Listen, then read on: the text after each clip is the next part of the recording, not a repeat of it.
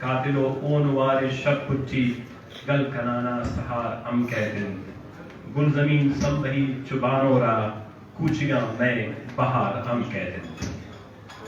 خدا تبارک تعالیٰ پروار عظیم مرحوم کو بھی اپنے جواہرات رحمت میں جگہ دے. سردار عطا اللہ مینگل صاحب کے بہت ہی قریبی رفقا میں سے تھے. ان کے ساتھ پروگرام کے اس آج کے اہم قاری ساز تعزیتی کانفرنس سیمینار کے آخر میں سردار عطا اللہ مینگل کے فرزند بلوچستان میں ان کے فکر اور فلسفے کے مشن کو آپ نے لیے ان کے سیاسی مشن کو آگے بڑھاتے ہوئے بلوچستان اور پاکستان کے کونے کونے میں ان کی جمہوری جدوجہد کو روشنیاں پھیلاتے ہوئے بلوچستان نیشنل پارٹی کے قائد محترم سردار اختر مینگل صاحب سے کہ وہ آ کے اپنے بابا جانی کے بارے میں اس آپ لوگوں کو زیادہ تعلیم کریں اور آپ کو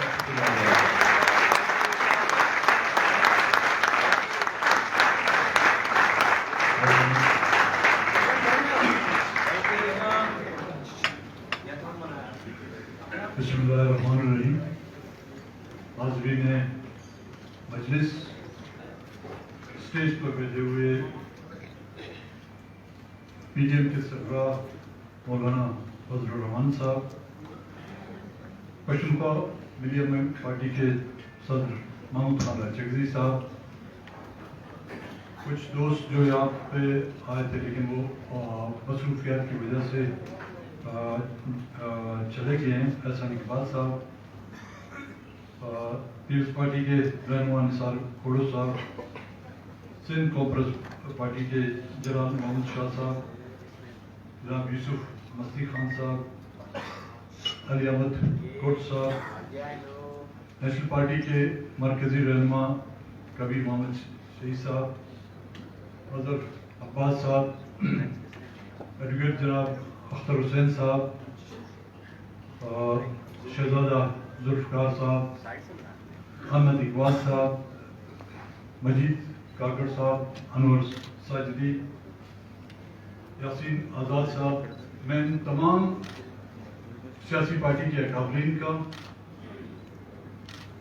وہ جو آج والد محترم کی یاد میں اس ریفرنس میں جنہوں نے اپنا قیمتی وقت نکال کر اس میں شرکت کی، مولانا صاحب پشاور سے آئے ہیں، خان صاحب کوئٹہ سے تشریف لائے ہیں، جناب محمد شاہ صاحب اور یوسف مستی خان صاحب عدالت کے باوجود بھی آج انہوں نے اس میں شرکت کی، اور ان تمام سیاسی پارٹی کے ورکروں کا تہ دل سے میں مشکور ہوں. اور آج آپ نے اس ریفرنس میں شرکت کر کے جو ہمیں عزت اور شرف بخشا ہے، میں اپنی طرف سے، اپنی پارٹی کی طرف سے آپ تمام حاضرین مجلس، خواتین حضرات کا تہ دل سے مشکور و ممنون ہوں. مجھے اصل میں بات نہیں کرنی تھی کیونکہ پروگرام کی ابتدا میں جو والد محترم کے حوالے سے میرے جذبات تھے وہ میں نے قلم کے ذریعے چند صفحوں پر لکھے تھے، لیکن وسط اللہ خان صاحب نے اس کو اپنی آواز میں اس انداز میں پیش کیا تو مجھے شاید اس میں اب بولنے کی کوئی گنجائش ہی نہیں بنتی. میں ان کا بھی بہت مشکور ہوں. اور اس ڈاکیومنٹری کو بنانے میں جن دوستوں نے تعاون کیا، شاہ جہاں بلوچ صاحب، ڈاکٹر قدوس بلوچ صاحب، قادر بن صاحب، ان کا بھی میں تہ دل سے مشکور ہوں.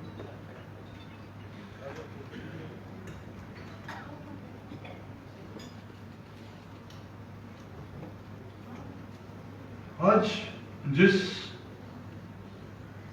شخصیت کے ریفرنس کے حوالے سے ہم یہاں پر موجود ہیں، جس طرح کہ مجھ سے پہلے جنرل محمود شاہ صاحب نے، خان محمود خان صاحب نے، مولانا فضل الرحمان صاحب نے وہ تاریخی حقائق آپ لوگوں کے سامنے رکھے کہ کہاں سے ہمارے رشتے شروع ہوئے اور وہ سیاسی رشتے کہاں تک ہم پہنچے ہیں. کن مقاصد کے لیے وہ رشتے قائم کیے گئے تھے، اور آیا ان بزرگوں نے جن مقاصد کے لیے قید و بند کی صحبتیں کاٹی، اذیت گاؤں میں انہوں نے جو اذیتیں کاٹی، جلا وطنی کے دن گزارے، اس قوم اور اس علاقوں کے لیے، اس عوام کے لیے، کیا آج ہم ان کی قربانیوں کی، ان کی قید و بند کی، ان کی اذیتوں کے ایک لمحے کے لیے بھی کیا ہم لوگوں نے ان قربانیوں کو مد نظر رکھتے ہوئے ان کی جد و جہد کو آگے لے جانے کے لیے کوئی اقدام کیے؟ میں تو اپنی طرف سے تو یہ کہتا ہوں کہ شاید ان کی جد و جہد کے مقابلے میں ہم نے ابھی تک 1% بھی وہ جد و جہد نہیں کی ہوگی۔ انہوں نے زندگی کے اپنے بیشتر یا قیمتی ادوار جو ہے عیش و عیاشی کی بجائے جیل و قید میں گزارے۔ ہم وہ زمانے یاد رکھیں جو سیاست کرنا اس ملک میں جرم تھا، آج کل تو سیاست ایک فیشن بن گیا ہے۔ اس زمانے میں سیاست کا نام لینا جو ہے موت کو دعوت دینی تھی، آج تو سیاست کے لیے جو ہے نا آپ کے لیے خزانے کھل جاتے ہیں۔ ان ادواروں میں اور آج کے ادواروں میں دیکھیں تو زمین آسمان کا فرق ہے۔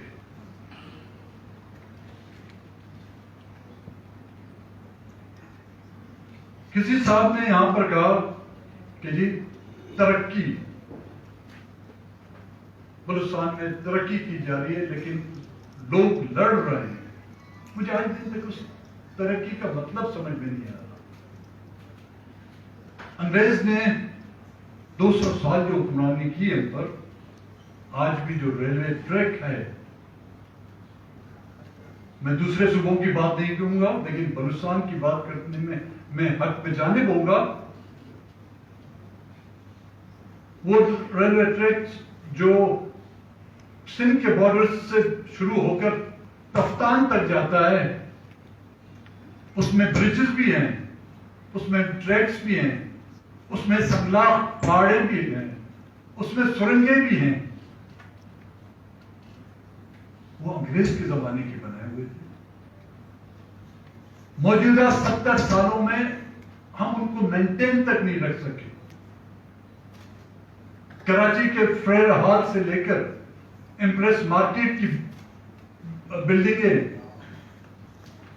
اور کئی جو عمارتیں کھڑی کی گئی ہیں، وہ 200 سال سے جو ہے وہ ابھی تک قائم ہیں، لیکن ہمارے فلائی اوور جو ہے نا، ایک گدی گاڑی کی وزن جو ہے وہ برداشت نہیں کر سکتے۔ ترقی کس کو کہتے ہیں؟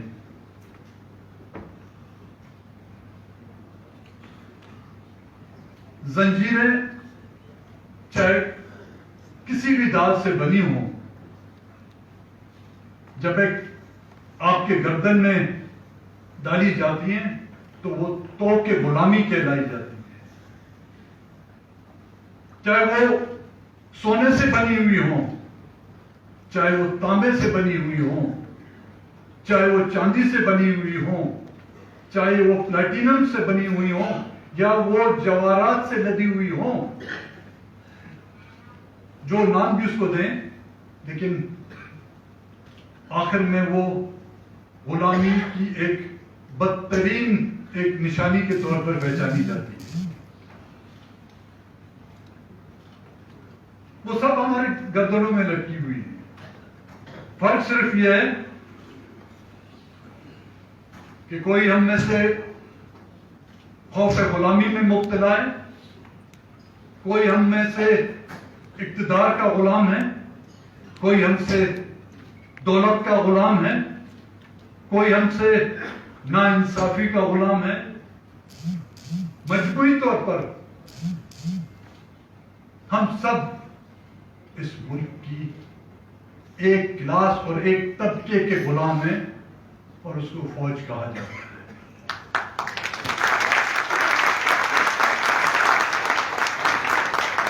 کیا یہاں کا سیاستدان غلام نہیں؟ ہم بلوچستان کے لوگ صرف غلام نہیں بنے. کیا یہاں کی جوڈیشری غلام نہیں؟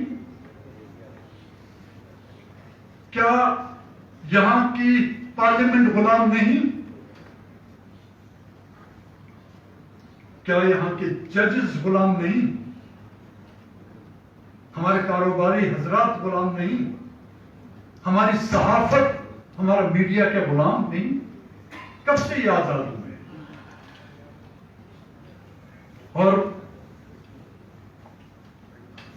مجموعی ہماری پوری کی پوری عوام جو ہے یہاں کی غلام بنی ہوئی ہے.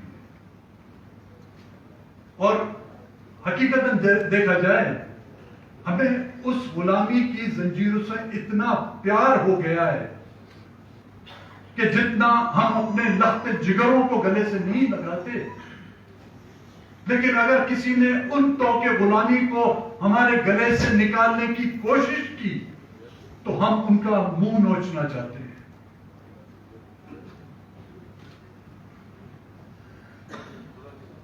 ان تمام طبقات سے میرے خیال میں آپ متفق ہوں گے کہ یہ تمام کے تمام غلام ہیں. صرف ایک طبقہ ہے جو غلام نہیں، وہ آزاد ہے، وہ ہے یہاں کی عسکری.